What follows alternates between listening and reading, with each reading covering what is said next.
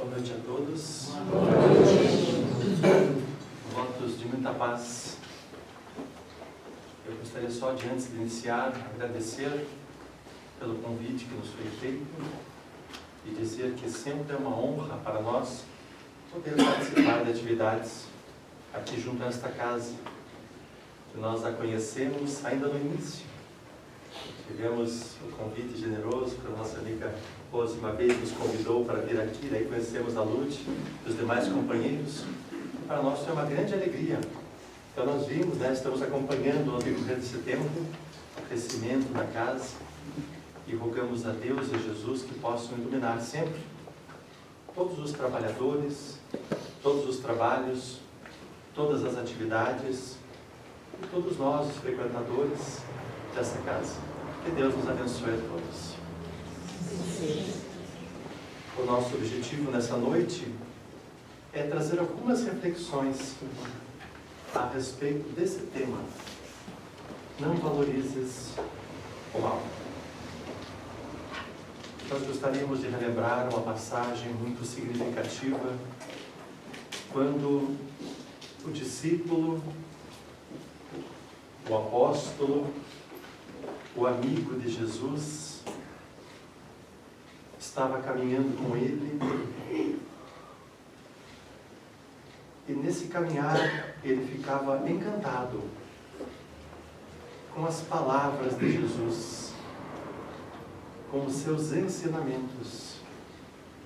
Mas o que muito lhe chamava a atenção naquele momento, em especial para Tadeu, também chamado de Judas Tadeu, depois mais tarde ficarei conhecido como São Judas Tadeu na Igreja Católica, mas Tadeu, o discípulo e apóstolo de Jesus, é quando Jesus exercia o seu amor sobre aquelas situações em que pessoas padeciam de grandes dores e grandes sofrimentos em decorrência de um assédio, de uma dominação de companheiros da espiritualidade. E naquele momento, naquela época, eles chamavam ou consideravam que as pessoas estavam endemoniadas, porque estavam, na verdade, sofrendo uma influência espiritual de companheiros do plano espiritual, por vários motivos: vingança, contrariedade ao bem, ou quaisquer outras situações. Mas essas situações, em especial, sempre chamavam muito a atenção de Tadeu, porque ao ver Jesus aproximar-se das pessoas, sentir a sua dor e o seu sofrimento, e aí estava o grande sentimento de compaixão. Em muitas passagens vamos ver o registro: Jesus foi tomado de compaixão pela situação, pelo sofrimento, pela angústia pela qual passava a pessoa.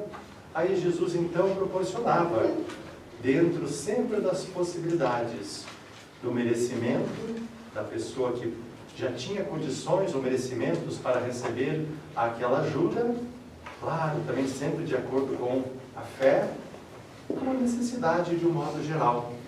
Mas sempre aproximou muito então o discípulo e apóstolo Tadeu, quando Jesus, sempre com muito carinho, chamava aquele que estava atuando sobre a pessoa, e geralmente ela se debatia, sofria, passava por grandes padecimentos.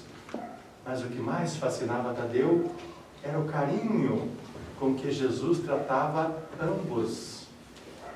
Tanto aquele que sofria a ação maléfica, quanto aquele que estava, hoje, nas terminologias da doutrina espírita, causando uma obsessão ou obsediando a outra pessoa. Então aquilo fascinava Tadeu, e eram os momentos de grande importância em sua vida quando ele presenciava tais situações.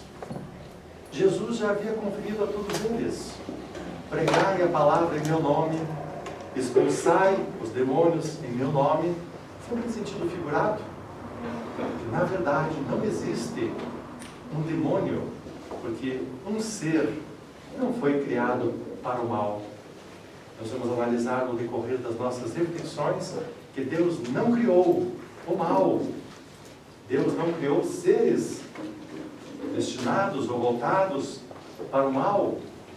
Mas foram escolhas logo no início que os seres vão tendo, dentro do livre-arbítrio que lhes é concedido, para seguirem o caminho do bem, do belo, do justo, do correto, ou devido a tantas outras circunstâncias, começam a haver desvios, e o espírito então acaba enveredando por um outro caminho, contrário daquele que é o direcionamento, que é a lei divina. Mas Jesus então tinha um carinho muito grande para com ambos, para aquele que sofria os processos obsessivos, mas também tinha um carinho extremado para com aquele que exercia a obsessão naqueles momentos. E dizia então aos discípulos: atuai em meu nome, levai a mensagem, levai a palavra, curai, expulsai. Fazei isso sempre com nossa autorização e em nome de Deus, que se Ele assim conceder, as coisas serão possíveis. Uma tarde em especial, Jesus havia se distanciado, juntamente com os dois irmãos, João e Tiago, para os lados de Cesareia de Filipe. E ele ficara ali na região da Galileia. E naquela tarde foi trazido à sua presença uma senhora que se debatia, que sofria, que já havia passado por enormes padecimentos devido justamente a uma situação igual a essa. Sofria a ação de um espírito equivocado. E o que ele causava para a senhora era muito cruel.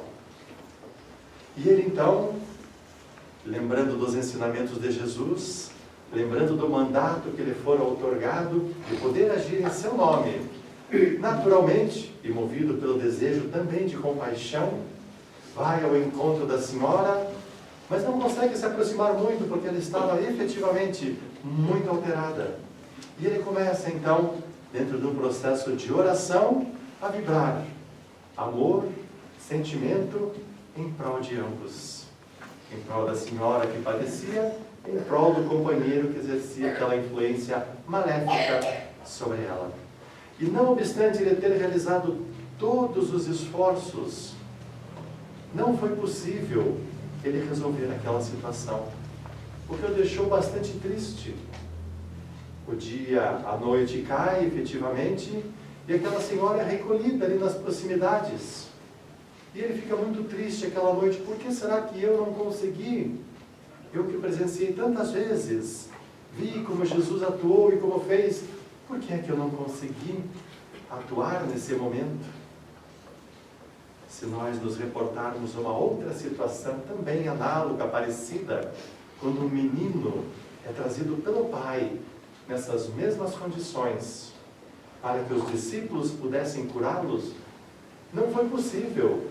Nenhum dos discípulos e apóstolos conseguiu curar aquele menino. Em outra oportunidade, o pai traz novamente perante Jesus, e Jesus, impondo as mãos, reconhece que alguém, que um espírito estava exercendo uma influência, pede que cesse aquela ação, o espírito é afastado, já começa o seu processo de socorro e acolhimento, e o menino se torna são. E os discípulos vão perguntar: mas Senhor, por que é que nós não podemos realizar o que tu realizou? E ele disse: para espíritos dessa natureza, dessa ordem, é preciso muita fé e muito jejum. Que mais tarde, depois, eles conseguiram compreender que não era do jejum físico e material de que Jesus falava, mas era do jejum de outras situações em que deveriam se abster de atos equivocados, de palavras equivocadas, de pensamentos contrários à lei e outras formas então de agir que iam de encontro a esse jejum que Jesus falava. Mas nessa situação ocorreu algo parecido, porque na manhã seguinte Jesus retorna com os dois discípulos e apóstolos, e a senhora que lá estava, ainda em padecimento, em sofrimento, é trazida à sua presença. E Jesus, mais uma vez, naquele momento, acolhe-a, estende as suas mãos para logo na sequência acolhê-la, dando todo o carinho, dando todas as suas vibrações de amor, de ternura, de carinho, de afeto à pessoa, mas igualmente fazendo ao espírito que exercia uma ação maléfica naquele momento sobre a pessoa. E ela também fica sã, e é um momento de grande júbilo. Mas, para Tadeu, ele fica pensativo, e começa a se indagar, mas por quê? Que eu não consegui? Se eu fiz exatamente o que Jesus nos ensinou, se eu presenciei e fiz exatamente como ele faz, por que não nos foi possível ajudar e auxiliar nesse momento? E como eles faziam sempre, nos momentos oportunos, eles vão ter com o mestre e vão indagá-lo, vão perguntar. E numa noite, Jesus estava tranquilo nas suas reflexões, nas suas meditações, e Tadeu chega perto dele e pergunta: mestre, por que naquele episódio, naquele acontecimento, não nos foi possível ajudar a senhora que tanto precisava? Se eu próprio vi o Senhor, em tantas oportunidades, realizar essa atividade, por que não me foi possível? E Jesus vai fazer uma pergunta interessante para ele: Tadeu, qual é o objetivo principal de tua existência? Ele para, percebe que a pergunta tem um alcance, reflete por alguns momentos e vai responder a Jesus: creio, Senhor, que nesse momento de minha vida, após te conhecer, após conhecer as verdades maiores de que tu és o portador, começar a vivenciar isso tudo, eu creio, Senhor, que o objetivo maior da minha vida é implantar o reino de Deus dentro de mim, no meu coração. Jesus olha e assente, porque vê que o discípulo e apóstolo amado também entenderam a mensagem. Mas ele então pergunta: mas então, Tadeu, para que isso possa se realizar, uma condição muito importante, que nós comecemos a implantar o reino de Deus dentro de nós, mas isso só será possível se nós começarmos a demonstrar verdadeiro amor para com os semelhantes, porque não há outra forma de nós implantarmos o reino de Deus dentro de nós, se nós não tivermos um amor imenso para com todas as pessoas que convivem conosco. Porque Tadeu, quando Deus nos criou, o Pai Celestial, que é o Criador de todos os seres, que é o Criador de todas as coisas, Ele nos criou exatamente iguais. E a sua lei, que é de amor, que é de verdade, rege as nossas vidas. Em consequência disso, Tadeu, somos todos irmãos. Que a verdadeira felicidade que um dia todos nós alcançaremos, e quando Jesus fala todos nós alcançaremos, porque a verdadeira felicidade só será possível ser alcançada quando houver então o verdadeiro sentimento de fraternidade entre todas as pessoas. E diz então: compreendeste, Tadeu? E ele então recebe aquele ensinamento em grande júbilo, diz: eu entendo, mestre, eu compreendo, mas é tão difícil, Senhor, porque nós lidamos em nossa vida com tantas pessoas difíceis, com tantas pessoas complicadas, em que o mal impera ainda na vida dessas pessoas. E então, Senhor, não haveria algo que possamos fazer? O Senhor não poderia reunir, de repente, todas essas pessoas, todos esses espíritos malfazejos, ignorantes, como o Senhor diz, da lei maior, e esclarecê-los todos de uma única vez? Porque assim eles não estariam mais atuando e causando sofrimento nas pessoas. Jesus entende o alcance da colocação do discípulo e responde para ele com tranquilidade: mas Tadeu, se isso fosse o direcionamento a ser seguido, o Pai teria assim feito. Mas se ele não o fez, é porque há uma outra finalidade. Tadeu, na verdade, o Pai não criou o mal. O Pai só criou o bem. O Pai criou os seres humanos e no seu coração colocou a sua lei. Que mais tarde a doutrina espírita virá nos dizer, ao ser indagado, onde está escrita a lei de Deus? E a resposta da espiritualidade está inscrita esculpida, inserida, colocada na nossa consciência. Então, ao criar o Espírito, Deus coloca em sua consciência, mas também em seu coração, a sua lei, que é perfeita, como perfeito é o nosso Pai Criador. E na lei de Deus, há somente o bom, o belo, o justo, o correto. Aí o discípulo vai perguntar, mas Senhor, por que então há tanta maldade nesse mundo? Porque os homens se esqueceram da lei de Deus, ou não a cumprem. Por isso que Jesus mais tarde iria trazer um ensinamento dos mais extraordinários. Os meus discípulos serão conhecidos por muito se amar. Porque o amor é o mais nobre, o mais importante, e a essência de todos os ensinamentos que Jesus nos trouxe. Poderia então ser de uma leva fazer com que todos os maus deixassem de ser maus? Mas veja, Tadeu, ninguém se tornou mau por decreto, por imposição. Foram escolhas equivocadas que as próprias pessoas vão tomando na vida. Mas é nesse momento que compete a nós, ou todos aqueles que já têm um entendimento da lei maior que nos rege, começarmos a atuar em favor desses que estão equivocados com relação à lei maior que nos rege. Dizendo com isso, que já seria a primeira atribuição dos discípulos primeiros, dos apóstolos, começar a atuar efetivamente para extirpar o mal que existe na terra. Mas em extirpar o mal, não quer dizer que precisa ser contrário à pessoa que o pratica, porque na verdade é o nosso irmão equivocado, esquecido, transviado das leis maiores que nos regem. Mas ao mesmo tempo vejamos a grande oportunidade e bênção que nos é concedida a todos nós, de atuarmos no sentido de poder ajudar para que o mal possa ser extinto da terra através da sua atuação necessariamente no bem. Porque o bem somente irá se extinguir quando o mal começar a prevalecer. A escuridão só irá desaparecer quando a luz começar a se fazer mais intensa. Imaginemos que essa sala estivesse totalmente escura e vem alguém com uma pequena luz, uma pequena claridade de um palito de fósforo e acende. Essa luz já seria percebida em toda a sala. Ela não iria ainda iluminar o ambiente como nós estamos vendo nesse momento, onde a luz já toma conta. Mas é um início de trabalho, porque sendo acesa uma luz, daqui a pouco é acesa outra luz, daqui a pouco outra, até que luzes maiores vão resplandecer e as trevas necessariamente, no processo natural, vão se extinguindo à medida que a luz vai tomando conta.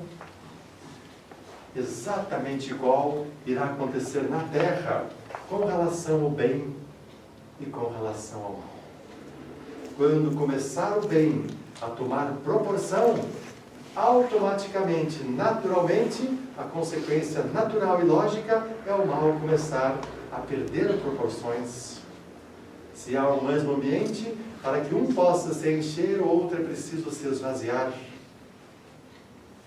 E aí então que Jesus conclui dizendo a Tadeu, Tadeu, não é então desejo de Deus exterminar o mal, exterminando as pessoas, mas é desejo sempre do Pai que o mal possa ser exterminado, mas que haja muito amor para com aqueles que praticam o mal, porque são simplesmente irmãos equivocados nesse momento da existência. E compete a nós, e aí vem um ensinamento sublime, compete a nós que estamos querendo implantar esse reino de Deus em nosso coração, referindo-se, reportando-se ao discípulo e apóstolo, que está a grande oportunidade de bênção de atuarmos, de agirmos, para que esse reino se implante em nós, inicialmente em nós, para que depois ele se expanda. Mas para que isso aconteça, o amor deve prevalecer, o bem deve prevalecer, a justiça deve prevalecer. Então tudo aquilo que é bom, que é belo, que é justo, que é honesto, que é correto, quando essas situações começarem a crescer, automaticamente vai começar a anular aquelas outras situações que aparentemente, que momentaneamente, parecem ser maiores ou mais vigorosas ou mais poderosas que o bem, o que jamais acontecerá. Porque o bem é sempre o bem, e o bem, uma vez renascido esse sentimento, ele só tende a se vitalizar. Mas aí está, então, meus amigos, dentro dessa lembrança, dessa história, desse diálogo, quando então Tadeu entendeu o que era preciso fazer. Era preciso, então, ampliar as potencialidades da nossa alma. Então ele entende que Jesus conseguia aqueles feitos ditos ou tidos por miraculosos ou milagrosos, porque dentro dele já existia o amor em abundância, em essência, e ele exteriorizava aquilo em prol das pessoas necessitadas. Daí as curas para aqueles que tinham fé e merecimento para tal, a libertação dessas injunções dolorosas, aqueles espíritos equivocados, quando também havia já motivos ou condições para que tal se realizasse.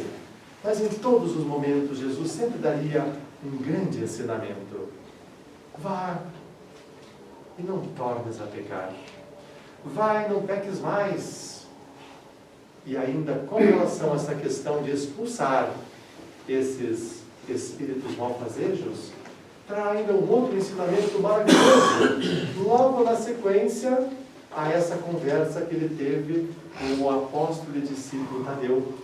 Porque no dia seguinte, ainda às margens do lago de Genesaré, ele teria a oportunidade de dar um ensinamento primoroso, dizendo: aquela pessoa que estava sob o assédio de um espírito mau e foi liberta, ou foi libertada dessa injunção, desse assédio, e ela é libertada. O espírito se afasta, e quando ele retorna depois de um certo tempo, vamos ver como está novamente aquela situação, e vai encontrar a casa, entre aspas, totalmente modificada. E nas palavras de Jesus, a casa estava arrumada, a casa estava asseada, a casa estava adornada. Então aquele espírito não tem mais acesso àquela antiga habitação, porque ela está modificada. Mas aí vem um ensinamento. O que acontece então? Ele vai e vai convocar outros, piores do que ele, para tentar voltar, para habitar novamente a casa. E conforme as condições, talvez assim o façam. Talvez consigam o seu intento de voltar novamente a habitar aquela casa, ou exercer influência sobre aquela pessoa que foi liberta. Porque a vigilância é algo primordial em nossas vidas, em nossa existência. Vigiai e orai, a fim de não entrardes, a fim de não cairdes em tentações. Mas se houver a vigilância, se houver o cuidado contínuo e constante, não importa se virão outros companheiros para tentar habitar novamente aquela casa, porque ela está adornada pelo sentimento do bom, do belo, do justo, ao esforço daquele que mantém a casa organizada, para que ela não venha a sofrer novas influências, trazendo para as nossas realidades as obsessões, uma vez dado o direcionamento àquele que obsidiava. O trabalho mais importante nesse momento era aquele que sofria a obsessão, para que ele se modifique, pois é na modificação dos seres que é possível se manter o equilíbrio e, consequentemente, a saúde. Por esse motivo, a advertência de Jesus: vá e não peques mais, para que algo pior não te aconteça. Dessa situação foi possível libertá-lo, mas a partir de agora, muda o teu proceder, muda o teu pensamento, as tuas atitudes, as tuas falas, as tuas posturas, mas acima de tudo o teu pensamento, para que não venhas novamente a sofrer injunção ou assédio desses companheiros ainda equivocados. Mas com relação ao bem e o mal, hoje, o que parece estar predominando no mundo em que nós vivemos? O bem ou o mal?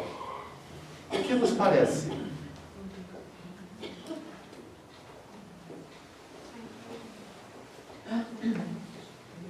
É que muitas vezes não há divulgação, né?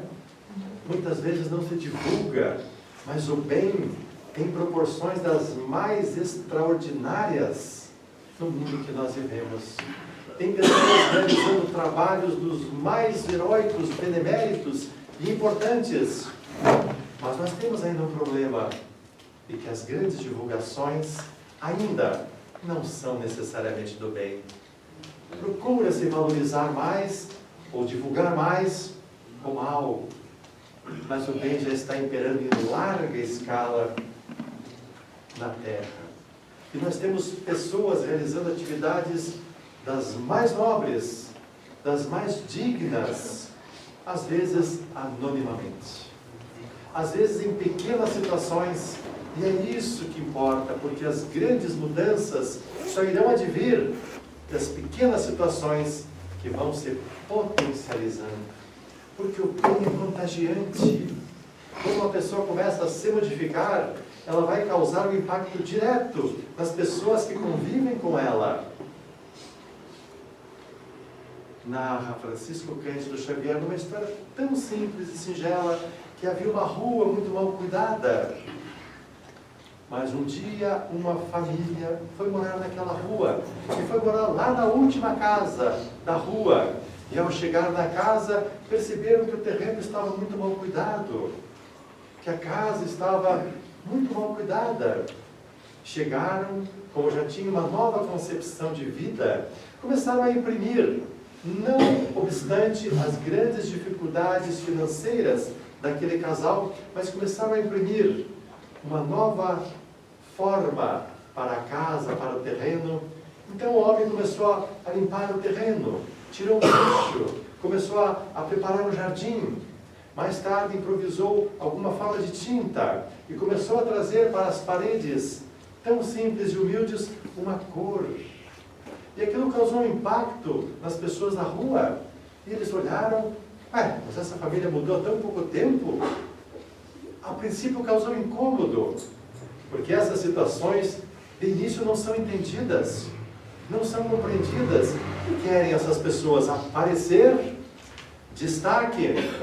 Isso sempre irá acontecer para aqueles que estão fazendo um trabalho diferenciado.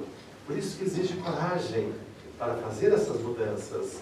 Mas depois as pessoas começaram a entender, mas se eu também cuidasse do meu jardim, se eu também fizesse algo pela minha casa, e uma segunda família resolveu fazer, e de repente aquela rua já não era igual, e de repente outra família fez, e chegou um determinado momento em que todas as casas já tinham um pequeno jardim, já não tinha mais lixo espalhado, já haviam cores diferenciadas nas casas humildes.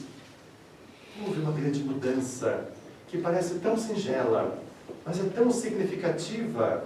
E ao refletirmos a respeito da mensagem de Chico Xavier, nós vamos ver que na nossa vida, tantas vezes acontecem coisas assim, que são pequenas situações que vão sendo modificadas.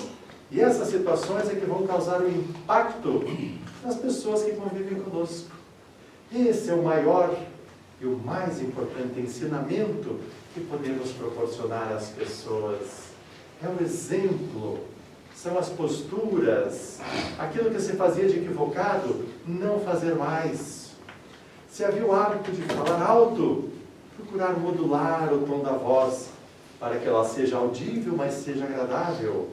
Se havia o hábito de falar palavras equivocadas ou palavrões, aos poucos a pessoa vai contendo aquele ímpeto, por entender, é claro, que toda palavra ofensiva, ou depreciativa, ou degradante, ela vai saturar o ambiente de fluidos deletérios e vai permitir a aproximação de companheiros ainda equivocados.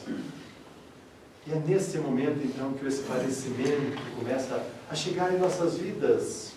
Quando a doutrina espírita vem e nos diz, nós somos todos espíritos imortais, criados por Deus, simples e sem nenhum conhecimento, que é o significado da palavra ignorante, que é empregada, não no sentido pejorativo, mas no sentido de desconhecimento da lei que nos rege. Mas quando nós vamos tomando conhecimento dessa lei, vamos estudando, conhecendo, mas o que é o mais importante e o essencial, quando nós começamos a praticar e a vivenciar, é que começam a acontecer as grandes mudanças em nossas vidas.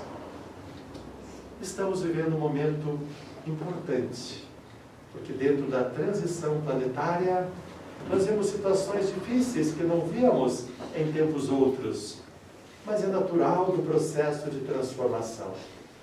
Se vemos grandes conturbações sociais, sobre todos os aspectos e formas, nós também já estamos começando a ver grandes descobertas, grandes trabalhos humanistas, filantrópicos, sociais, de cuidado ao planeta, de cuidado aos seres, aos animais, mas em especial às pessoas, já com um caráter totalmente diferenciado. Esse é o momento que estamos vivendo, ainda na transição, onde o bem e o mal parecem confrontar diretamente todos os dias. E agora, qual é a nossa posição, então, como pessoas que começamos a ter os esclarecimentos proporcionados pela doutrina espírita, que nos apresenta o Evangelho de Jesus de uma forma diferente, para que o entendamos em espírito e verdade, mas, acima de tudo, nos conclamando a viver a mensagem do Cristo. Na questão 630 de O Livro dos Espíritos, na terceira parte das leis morais, dentro do capítulo da lei divina, lei natural, é perguntado como podemos distinguir o bem do mal? E a resposta da espiritualidade: o bem é tudo aquilo que está em conformidade, de acordo com os direcionamentos da lei divina que rege as nossas vidas, as nossas existências. E o mal é tudo aquilo que lhe é contrário, ou toda a infração à lei que rege as nossas vidas vai se caracterizar pelo mal. Mas desde Ezequiel, lá no Antigo Testamento, nós vamos encontrar que Deus não quer a morte do ímpio, mas sim a sua conversão. Ensinamento lá do Velho Testamento. De 12 séculos, quando tivemos a primeira revelação divina, quando Moisés recebe o decálogo dos 10 mandamentos. Deus não quer a morte do ímpio, mas quer a sua conversão. E Jesus vem então e nos diz: o mal não pode ser extinto de uma forma só, por um decreto, por uma ordem, por uma determinação maior, mas ele deve ser extinto quando o bem começar a prevalecer. E somente o bem poderá extinguir o mal. E isso só poderá ser realizado pela criatura humana. A criatura humana ajudando a própria criatura humana. Esse é um momento de grande, então, beleza para todos nós, porque estamos inseridos nesse momento difícil, mas em todas as dificuldades também há grandes oportunidades. Quanto mais escura é a noite, mais podem ser vislumbradas estrelas e a beleza do firmamento, desde que estejamos predispostos a enxergar, a ouvir e a realizar de um modo geral. Então esse é o grande convite que nos é feito, possamos atuar efetivamente para que o bem possa prevalecer na Terra. E a grande pergunta é: como podemos atuar então nesse sentido? Ou de que forma? Agindo corretamente em todas as situações. Para que nós possamos atingir patamares mais elevados, primeiro é preciso subir os primeiros degraus, aqueles que podem se configurar como os mais simples, mas que são os mais importantes, porque é o primeiro passo, o primeiro degrau, que nos levará ao segundo. Vencidos alguns degraus, temos o primeiro patamar, onde já podemos divisionar o progresso realizado e entender o que precisa ser feito. E continuamos nessa escala evolutiva que é feita passo a passo, dia a dia. Esse é o convite a todos nós, que comecemos a agir em favor do bem. E o bem nos diz que agir de acordo com o bem é agir de acordo com a lei divina. como é que nós podemos entender a lei divina? Seria a lei que Moisés nos ofereceu há 12 séculos antes do Cristo? Ou há 32 séculos atrás? Também, necessariamente. Porque quando é dito naquela época, não matarás, é um dos ensinamentos mais preciosos da lei divina. Não furtarás, não roubarás, é precioso demais nos dias de hoje. Não levantarás falso testemunho, de qualquer forma, em qualquer intensidade. Não desejarás a mulher, o marido do próximo, ou qualquer coisa que lhe pertença.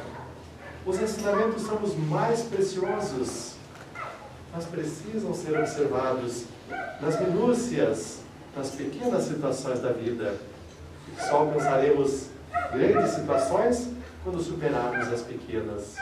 E são situações do dia a dia que vão nos chamando a vivenciarmos esses ensinamentos.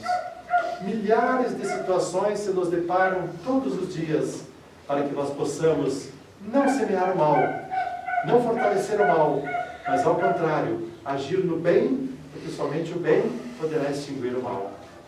Quantas situações, milhares de situações aparecerão todos os dias. Numa simples conversa com a pessoa que convive conosco, sendo atencioso, sendo respeitoso, fazendo pequenas gentilezas dentro do próprio lar.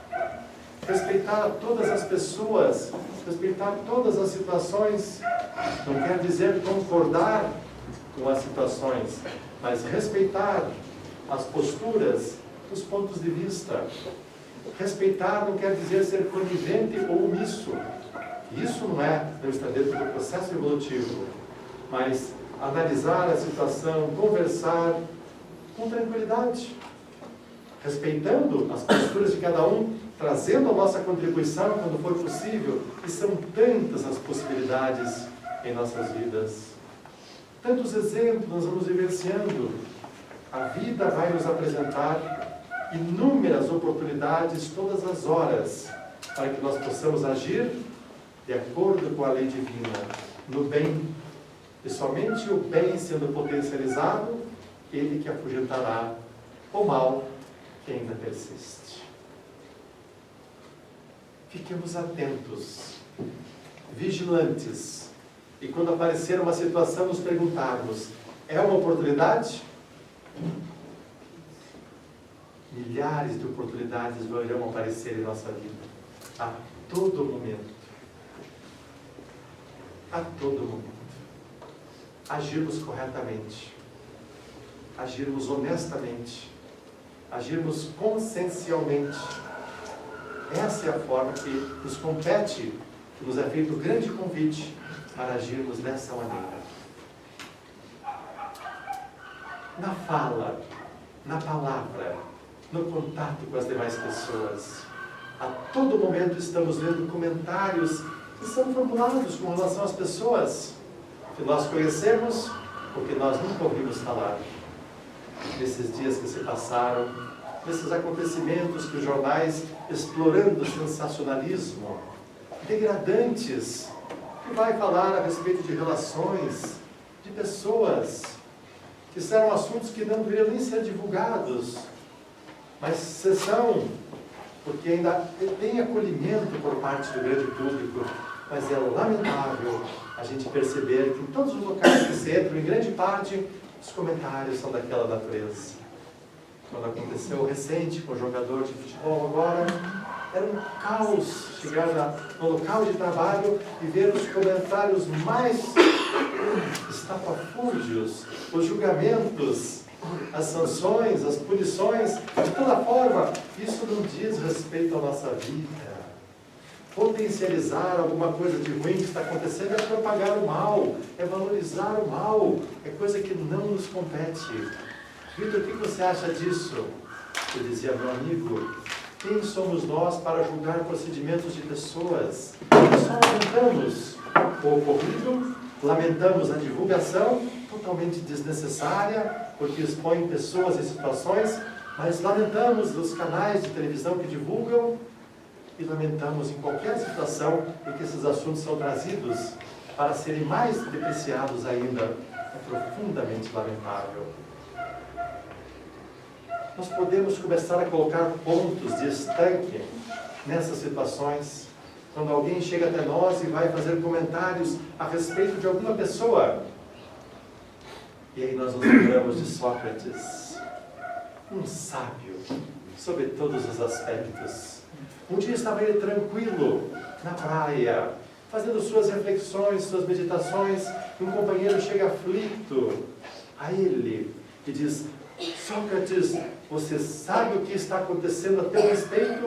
O que disseram de ti? Ele diz: calma, meu amigo. Antes de falar qualquer coisa, você já passou pelas 3 peneiras. O que você vai me falar? Que peneiras são essas? São os crivos de razão, de raciocínio. Não sei do que você está falando, Sócrates. E eu te direi. O que você for me falar antes de me falar, passa pelo primeiro crivo, pela primeira peneira, que é a verdade. O que você vai me falar é verdade? Bem, Sócrates, se é verdade, eu não sei. Porque as pessoas comentaram, as pessoas estão comentando, mas eu não sei se é verdade. Muito bem. Passa pelo segundo. Passa pela utilidade. O que irás me falar é útil. Tem alguma utilidade? Não, Sócrates, com certeza que não. Não tem utilidade. Não, tranquilo. Passa pelo terceiro crivo, então. Qual o benefício que traz? Qual o benefício do que você irá me falar? O que irá me trazer de bom, de benéfico para mim? O que você vai me falar? É benéfico? É bom? Muito pelo contrário. Então, meu amigo, se não passou pela verdade, pela utilidade, pelo benefício, pelo amor, não me conte, porque não vai me trazer benefício nenhum.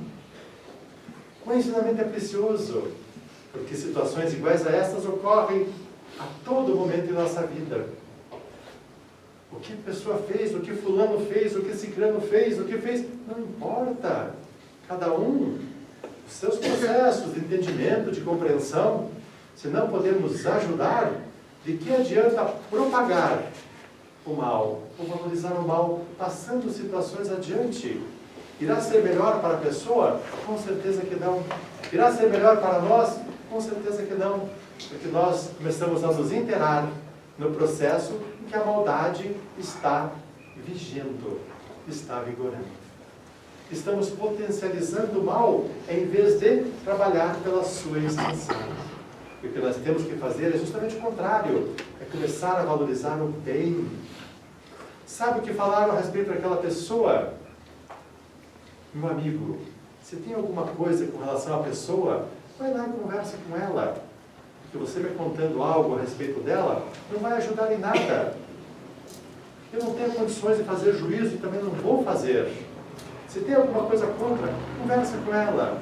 Aí estarás ajudando ela.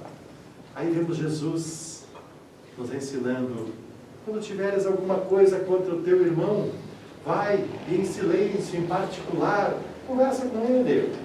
Expõe as tuas mágoas, expõe o que te aflige, o que te magoou, e resolva a situação. Não precisa dar margem. Não podemos mais ficar vitalizando o mal, potencializando o mal. Hoje, uma dissensão entre 2 pessoas, um desentendimento. Houve um desentendimento, houve uma ofensa verbal, alguma coisa assim, e as pessoas vão para as suas casas. E a pessoa chega em casa e fica pensando naquela situação que ocorreu. Ah, eu devia ter dito isso, eu devia ter dito aquilo, devia ter respondido, me postado dessa maneira. Na hora eu não tive a inspiração. É claro, a espiritualidade amiga não vai nos dar a inspiração para retrucar, para aumentar a situação, somente para resolvê-la. Mas a pessoa fica convivendo com aquilo. E muitas vezes, uma ofensa, uma conversa atravessada, equivocada, se torna em mágoa. E a mágoa, sendo trabalhada, sendo potencializada, se transforma em ressentimento. E o ressentimento, sendo trabalhado e potencializado, vai gerar o desejo de vingança. E a vingança é algo terrível. E cada vez que acontece isso, há uma potencialização do mal, o primeiro que vai receber os impactos é aquele que está interagindo no processo, porque ele estará recebendo toda aquela influenciação. Nós somos seres que estamos emitindo constantemente, por palavras, por atos, por gestos e por pensamentos, algo em benefício ou algo em prejuízo às pessoas. Se for em benefício, estamos agindo no bem, estamos valorizando o bem. Mas se for em sentido contrário, estaremos valorizando ou potencializando o mal.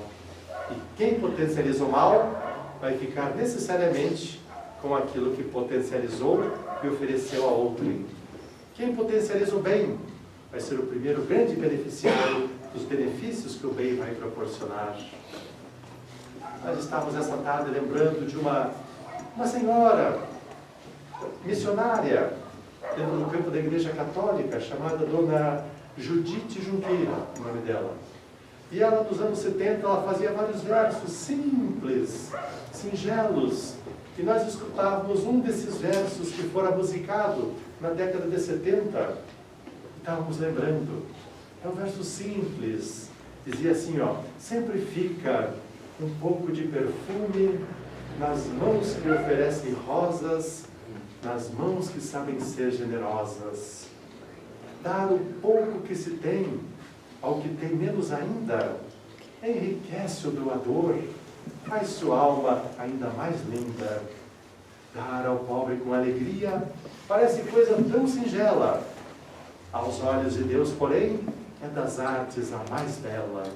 Fica sempre um pouco de perfume nas mãos que oferecem rosas, nas mãos que sabem ser generosas. É tão simples os versos, mas é tão profundo em ensinamento, porque tudo aquilo que nós oferecemos às pessoas ficará necessariamente, inicialmente, em nós.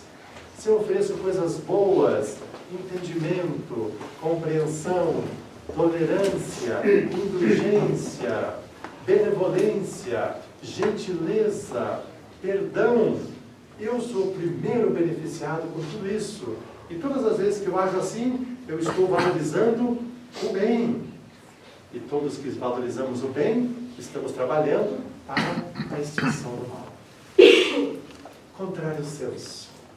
Todas as vezes que eu tiver qualquer pensamento, ou atitude, ou gesto ofensivo, degradante, eu estarei emitindo vibracionalmente aquilo que eu estou expressando. Talvez sem palavras, por gestos. Talvez por palavras, em ofensas. Mesmo que eu não faça nada disso, em pensamento eu já emiti. E se eu emitir, sempre ficará nas mãos ou na pessoa que emite aquilo que ela está emitindo. E aí as pessoas dizem, eu não sei, a minha vida está sendo tão difícil, eu ando constantemente adoentada, tenho problemas emocionais, mentais, por que será? Como está a tua vida? O que tem oferecido às pessoas? O que tem oferecido às pessoas? Como assim? Sim, em termos de pensamentos, de palavras, de gestos, de atitudes. Ah, não, eu vivo só em casa. Não há problema, porque em casa a gente oferece muito. Se tem duas pessoas dentro de casa, nós estamos oferecendo a alguém. Diálogo, entendimento, respeito, compreensão, equilíbrio, harmonia. Estamos oferecendo. E quanto mais pessoas estamos em contato, mais possibilidades. E oferecemos muito mais. É olhar o lado diferente da vida. O que eu posso oferecer para que a minha família esteja em condições melhores? O que eu posso oferecer para que o meu trabalho esteja em condições de melhores, de harmonia, de entendimento, de compreensão? O que eu posso oferecer nessa casa, ser um trabalhador, para que eu possa trazer a essa casa benefícios pela minha atuação? E assim vamos encontrando possibilidades ilimitadas de trabalharmos no campo do bem, da valorização do que é bom. Temos que valorizar o que é bom, o que é belo, o que é instrutivo, o que é justo. Se vamos escolher uma música, veja a mensagem, vejamos a mensagem da música, o que ela está levando. Tem músicas que levam mensagens depreciativas. é o que a pessoa está levando naquele momento. Muitas vezes em som muito elevado ainda, né? Está levando mensagens depreciativas a quem quiser e a quem não quiser ouvir em tons elevados. O que levamos para oferecer às pessoas? De que maneiras estamos colaborando para não propagar, ou não valorizar, ou não potencializar o mal? De que maneiras estamos agindo, aí sim, para valorizar, para fortalecer, para ampliar, para potencializar o bem? São atitudes nossas. Nós vimos recentemente uma das obras extraordinárias da literatura mundial, que nós temos um apreço, carinho e admiração por esse escritor, em primeiro lugar. Ele chama-se Victor Hugo, que na França escreveu Os Miseráveis, Orgulho de Notre Dame, Os Marinheiros do Mar e tantas outras obras. Mas é justamente em Os Miseráveis que tem uma cena que sempre nos chamou a atenção, quando então o bispo de Digne, era o local daquela comunidade, um bispo que era uma pessoa ímpar, que vivia a mensagem do Cristo. E quando ele chega então naquela cidade para assumir as suas condições episcopais, ele recebe muitas verbas. E olha e diz, não preciso de nada disso. E começa a se desfazer. Esse aqui você direciona para o seminário, esse aqui direciona para a Santa Casa. E se desfaz de todas as verbas que ele diz, não, eu não preciso. Eu só preciso de um local para morar, que pode ser um quarto, uma cama e uma mesinha de cabeceira, é só o que eu preciso e mais nada. E começa a trabalhar dessa forma. Quando ele recebe, depois de alguns tempos que ele estava trabalhando já, ele recebe ainda um outro comunicado. Mas, senhor bispo, o senhor tem direito a usar uma carruagem. É uma deferência otorgada aos bispos nos seus trajetos, nas suas visitas. Quanto que representa isso anualmente em francos? Ele vai ver, doe tudo isso para aquela instituição, porque eles estão carentes. Mas acontece que um mês depois ele é chamado numa outra localidade para estar presente na reunião. Ele não tinha carruagem. O que ele faz? Ele pega então emprestado um burrico e vai numa trajetória difícil e penosa até o local de burrico. E quando ele chega no local, os olhares de censura para com ele, mas o senhor vem, né? As pessoas pensando, o senhor vem num burrico até aqui, que condições difíceis, isso é uma ofensa para nós, o senhor vir dessa forma aqui. Ele percebe a indignação, mas antes que as pessoas falem, eles dizem, meus amigos, eu quero pedir perdão para vocês, antes de tudo e de mais nada. Eu quero pedir perdão pela minha ousadia, pela minha insolência, pela minha falta de humildade, de ter utilizado o mesmo instrumento que utilizou Jesus para entrar um dia em Jerusalém. Me perdoe a minha insolência por ter feito isso. Me perdoe. E as pessoas olham e falam. Que dizer? Porque naquele momento o bem já estava predominando. E outra cena maravilhosa é quando Jean Valjean, que é um dos protagonistas principais da obra, é hospedado por ele, ali na sua casa episcopal junto à igreja, e no cair da tarde, início da noite, depois, logo no início de noite alta, não obstante ter recebido água para se banhar, roupas para se vestir, alimento para o seu corpo, na calada da noite, ele vai até a sacristia, até o altar e rouba aqueles aparatos, aqueles ornamentos e foge na noite. No outro dia, o bispo levanta-se e diz, onde está o meu convidado? Por que foi embora tão depressa? Mas logo no final da tarde, ele vem preso pela polícia. E as pessoas dizem, senhor bispo, apanhamos esse ladrão. Ele está ainda aqui com o produto do roubo que fez aqui da igreja. Roubou várias peças de prata, de ouro. E ele olha a pessoa, meu amigo, por que tu foste e não me falaste? Não me desse a oportunidade de dar um abraço em você? Levou as coisas que eu te ofereci, mas você esqueceu, porque tinha mais coisas para você ainda. E vai lá e pega mais um candelabro, vai lá e pega mais uma taça, e você esqueceu. Leva contigo, eu sei que você é necessitado e vai precisar. Um amor totalmente desprendido. No final do livro, Jean Valjean vai saber que estava diante de um homem nobre e faz questão de devolver tudo aquilo que um dia equivocadamente houvera levado. devido ao seu estado naquele momento de incompreensão. Nós temos exemplos dos mais extraordinários em nossa vida, de pessoas que realizam atos de nobreza, de dignidade, de elevação, de caráter, sobre todos os sentidos. Mas nós precisamos ter olhos de ver, ouvidos de ouvir e coração de sentir. E começar a dizer, não, isso é prejudicial.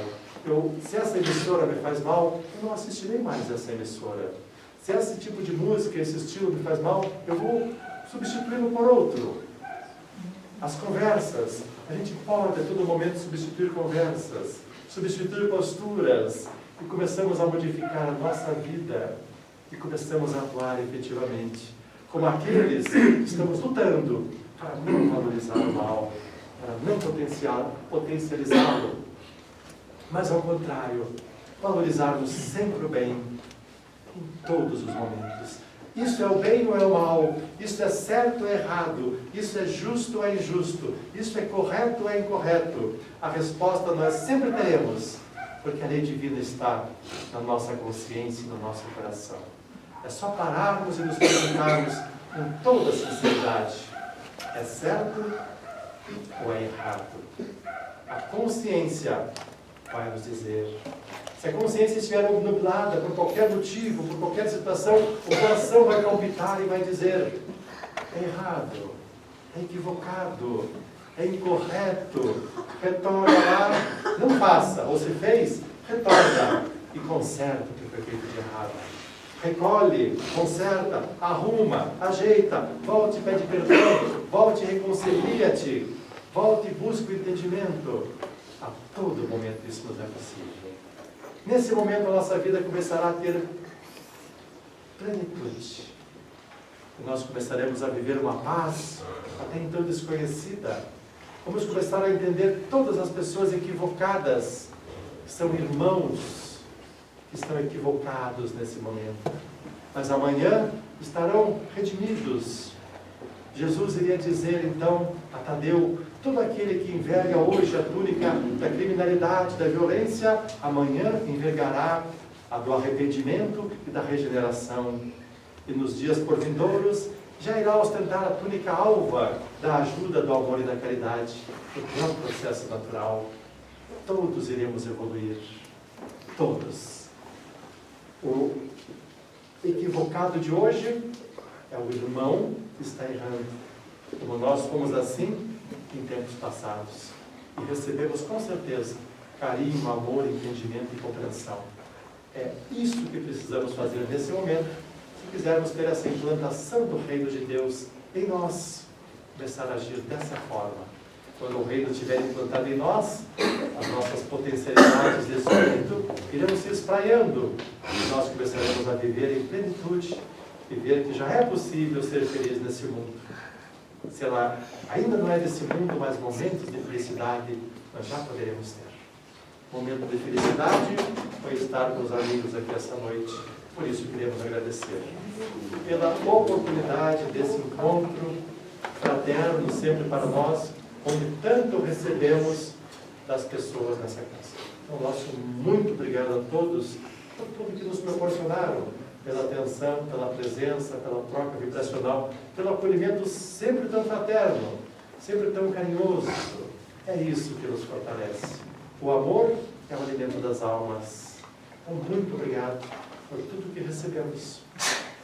Para encerrar essa noite de reflexões, gostaríamos de relembrar Francisco Cândido Xavier, o nosso querido amigo, na falta de melhores palavras, por intermédio agora de José Silveira Horta, também aqui na terra, um sacerdote, um pároco, Monsenhor mais tarde, que viveu a mensagem de Jesus, que amparava, que socorria, que banhava, que dava roupa, alimento, mas acima de tudo carinho e compreensão às pessoas que o procuravam. Pois quem o procurava jamais saiu sem receber algo daquele coração festoante de amor. E ele então vem por intermédio de Francisco Cândido Xavier e nos traz o seu poema intitulado Prece, ou a sua prece em forma de poema, nós gostaríamos de mais uma vez poder compartilhar com todos os amigos e amigas aqui presentes. Então nos diz o Espírito José Silvério Horta, pelas mãos abençoadas e venerandas de Francisco Cândido Xavier em mensagem psicografada. Louvado seja, Senhor, nas glórias do lar celeste, pelo bem que nos trouxestes no Evangelho Redentor, na tarefa renovada que o teu olhar nos consente, todos nós, de espíritos reverentes, clamamos por teu amor. Pobres cegos que fugimos da luz a que nos elevas, e mesmo assim nossa oração rompe as trevas. Escuta-nos, Mestre, e vem. Retifica-nos o passo para a estrada corrigida, sustentando-nos a vida na força do eterno bem. Dá-nos, Jesus, tua bênção, que nos consola e que nos levanta, e que a tua doutrina santa vibre pura e viva em nós. Fazei, Senhor, que nós todos, na caminhada incessante, a cada dia, a cada instante, possamos ouvir-te a voz. Ampara-nos a esperança, socorre-nos a pobreza. Liberta, Senhor, nossa alma presa a tanto erro e a tanta imperfeição.